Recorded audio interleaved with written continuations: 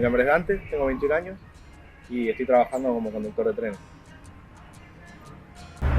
Bueno, el trabajo de conducción de trenes es uno de los pilares fundamentales dentro de lo que se llama parte operativa del ferrocarril. Es quien se encarga de dirigir la marcha de los diferentes tipos de trenes que existen dentro de la República Argentina. Consta de un certificado de idoneidad que se rinde ante una mesa de examen en la CNRT, cuyo certificado sirve a nivel nacional. Es un certificado que puede servir tanto para la línea Mitre como para la línea Roca o cualquier otra línea férrea que exista dentro del territorio nacional. ¿Qué más te podría agregar? Saliendo ya de la parte objetiva, tiene una parte subjetiva. Es un trabajo que requiere de primero un gran conocimiento, por eso se lleva muchos años de estudio, es un proceso largo.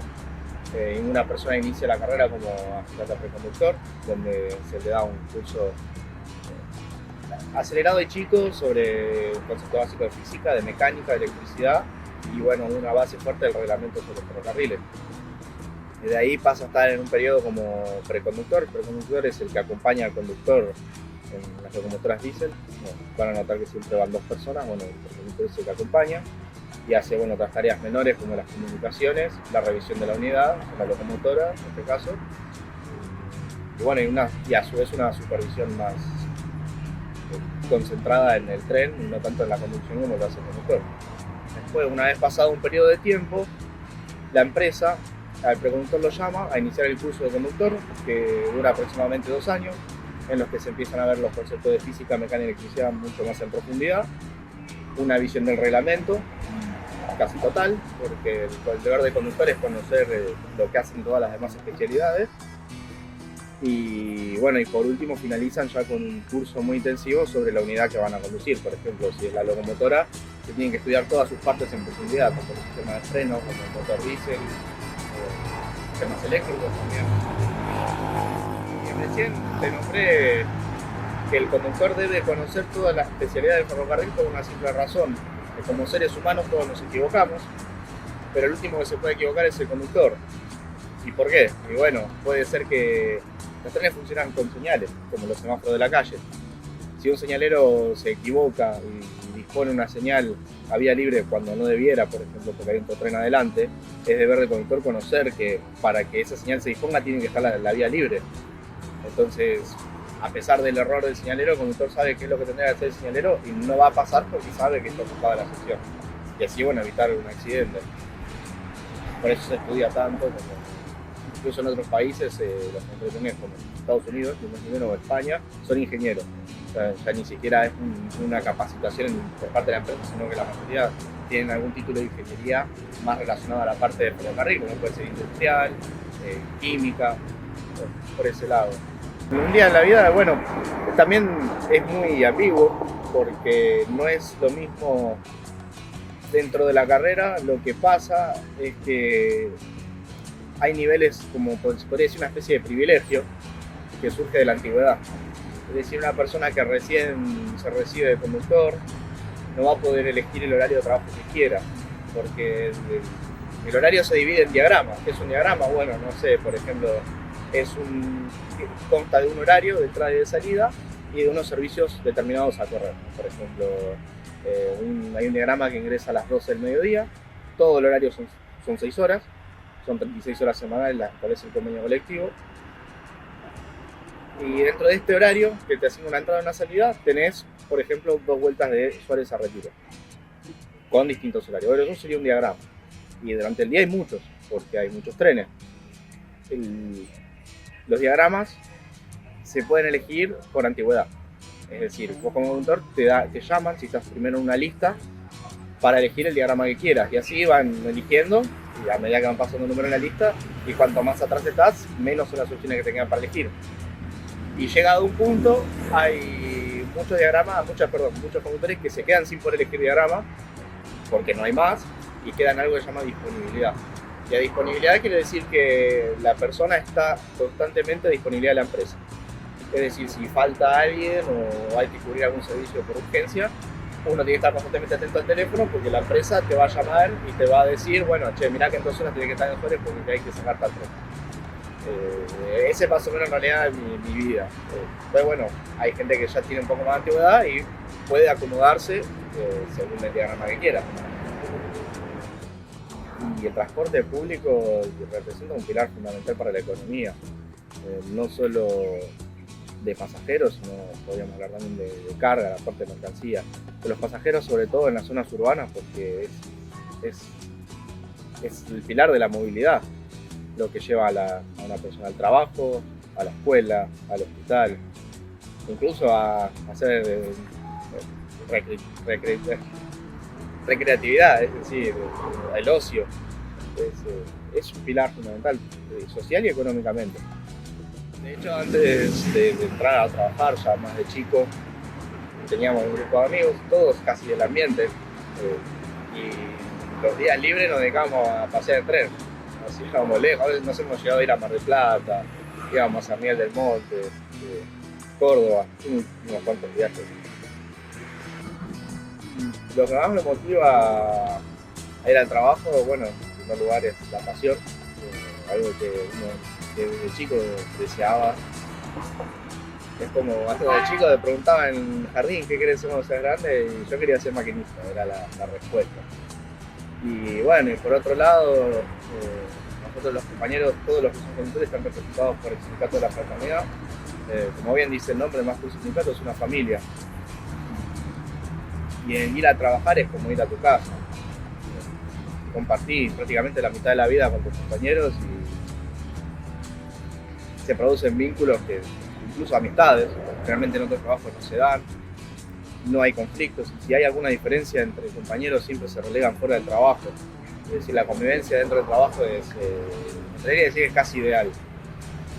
Y eso es una motivación muy grande. Yo creo que el sacrificio es relativo a cómo uno lo siente. Desde mi punto de vista, no. De hecho, puedo decir que contamos con algunos privilegios de la mayoría de los trabajadores en el país, no, como trabajar 6 horas. Ya de por sí poder disfrutar de las vacaciones pagas. Es un trabajo que no requiere mucho esfuerzo físico. Los compañeros de los trenes eléctricos, por ejemplo, ellos en su trabajo no llevan adelante un gran esfuerzo físico, capaz que sí psicológico, pero es lo de menos en comparación al beneficio que trae. Muchas veces es monótono el trabajo, simplemente porque se basa en hacer un recorrido de vuelta. Sobre todo, bueno, para los compañeros conductores de trenes eléctricos, que ellos hacen siempre el mismo recorrido. Capaz que en algunos diagramas se les suman los viajes a Bartolomé Mitre, pero en general es bastante monótono. Nosotros en la Diesel tenemos la suerte de que nuestro ramal está dividido en muchas partes. Nosotros tenemos servicio de pasajeros que van a Zárate, servicio de pasajeros que van a Escobar, incluso nosotros llevamos de larga distancia que van a Rosario, y hay otras cosas más. Hay trenes de trabajo que son los que se encargan de llevar los materiales para mantener la vía. Entonces un poco se escapa de la monotonía porque, no sé, yo estoy aburrido ya de hacer viajes a Zárate y bueno, me voy a Rosario en larga distancia. Entonces, un poco en ese sentido se escapa la monotonía, pero sí es bastante monótono. Eso sí, cuando hay problemas es donde se pone divertido, porque ahí es donde se ponen a prueba los conocimientos, no tanto no solo de los conductores, sino incluso de todos los que están en la línea trabajando, ¿no? En realidad pasa seguido, es decir, hay situaciones en la línea, por ejemplo un corte de luz o una inundación, en el que el ferrocarril deja de ser un montón de partes interactuando entre sí, sino que pasan a ser un conjunto. Es decir, hoy en día estamos en la línea y un guardabarrera va a bajar la barrera cuando venga el tren, un señalero va a disponer señales cuando venga un tren, el conductor va a ir y volver a su origen a destino, pero cuando hay un problema es muy importante compartir opinión y conocimiento entre todas las partes, porque la solución siempre va a ser conjunta. Es decir, muchos, como dije al principio también, nosotros como personas nos equivocamos y va a pasar mucho que va a haber personas que se equivoquen más por la presión de estar en un problema. El objetivo del ferrocarril es que los trenes nunca se detengan, siempre tienen que estar corriendo. Entonces, entre todos, siempre con un granito de arena se aporta una solución, sea cual sea. pero ahí siempre es un trabajo conjunto. Y sale de la monotonía porque uno se sienta, capaz que estás en la locomotora parado, pero escuchás en la radio como discute control con un señalero por si pueden usar un cambio, por si no, si está habilitado o si no, y capaz que se olvidaron que la otra persona tenía un cambio que funcionaba. Y uno lo propone la idea, el que está allá dice, sí, es verdad lo que dice, y bueno, se escapa un poco de la monotonía. Nosotros estamos condicionados incluso por esa situación. Es decir, tenemos un código de ética y conducta muy exigente a la hora de interactuar, no solo con el pasajero, sino con el propio tren. Si nosotros al hacer la tomada de servicio tenemos controles de alcoholemia, de drogas, un control psicológico de tiempo y espacio, te hacen unas preguntas, te hacen resolver un cuestionario y algunos ejercicios para ver que estás orientado en tiempo y espacio. Eso va más que nada orientado a la seguridad. Y en cuanto al pasajero, es lo que mencioné antes, tenemos un código de ética y conducta que nos pone en un compromiso muy grande para con el pasajero. Es una respuesta muy ambigua, pero siempre le tengo miedo a lo desconocido. Y bueno, vamos a centrarla más, a tener que enfrentar situaciones para las que no estoy preparado, es algo, no sé si miedo, pero y muchas veces empiezo a maquinarme solo de qué pasaría si esto, lo otro, y medio como que me genera un sentimiento de rechazo. No sé si se le puede llamar miedo, pero es de un sentimiento.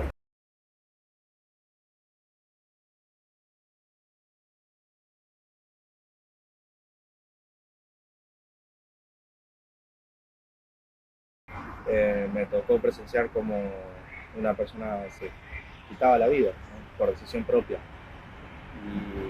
Y bueno, eso me da a entender a mí que es parte del trabajo, aunque no lo viví en primera persona todavía, espero que no tener que vivirlo, pero bueno, sé que inevitablemente quizá en algún momento va a pasar.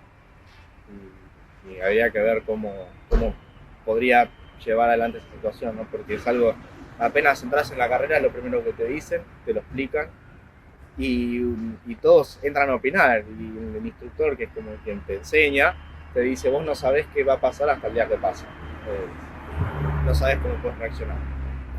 Muchos dicen, no, yo soy frío, me lo aguanto, bueno, el día que pase podemos hablar.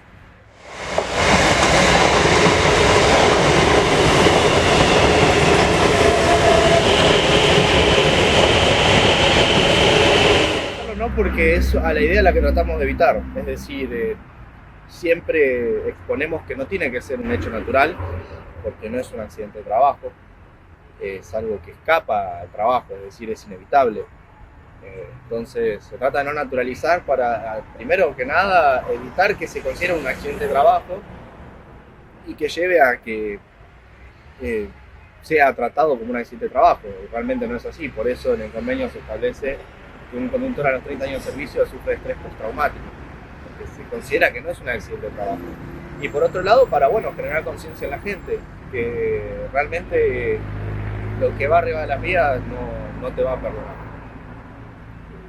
Y también, si lo elegís para sacarte la vida, que sepas que hay personas arriba, no solo que no van a poder llegar ni a la escuela, ni al trabajo, ni al hospital como hablamos antes, sino que hay una persona que indirectamente te está haciendo daño. Y la verdad es que sí siento que el trabajo no es para cualquiera. Tengo amigos de mi infancia que me han llegado a preguntar, si existía la posibilidad de entrar a trabajar, y lo primero que les digo, aunque no soy muy grande, soy el primero de todos ellos que llega al ferrocarril, digamos, de que sean del ambiente, y les digo que la verdad es que no es para cualquiera. Es muy difícil a largo plazo afrontar las situaciones que se viven. Nosotros tenemos compañeros que después de jubilarse empiezan a tener problemas relacionados a la depresión, el estrés postraumático, y muchos de ellos pierden la vida debido a eso. Entonces, es muy lindo estar ahí arriba, pero también hay que ver la parte mala. Hay mucha gente que en esa balanza la parte mala pasa a la parte buena.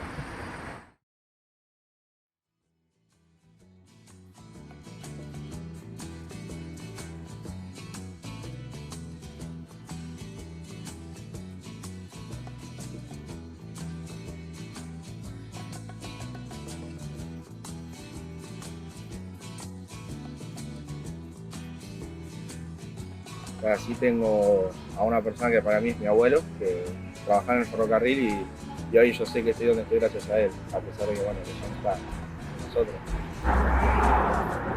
Te diría, seguir haciendo las cosas como las venía haciendo, pero te va a ir bien. Y no sé qué tipo de mensaje podría ser, pero bueno, relacionado a mi especialidad. Yo sé que hay mucha gente que le gusta. Capaz no vamos a hablar de ferrocarril, vamos a hablar de transporte en general.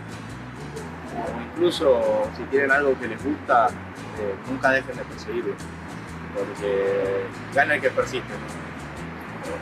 Sí, siempre hay que luchar. Y relacionado a eso, cito no es un tango, es una milonga de Julio Sosa, el que no llora no mama. La otra parte la dejamos para después, pero siempre vayan en busca de lo que quieren y lo que les gusta. El destino es un momento del viaje. O sea, lo mismo pasa en la estación. La estación es un momento de un viaje completo. Y, es decir, el camino importa mucho más, porque está lleno de momentos.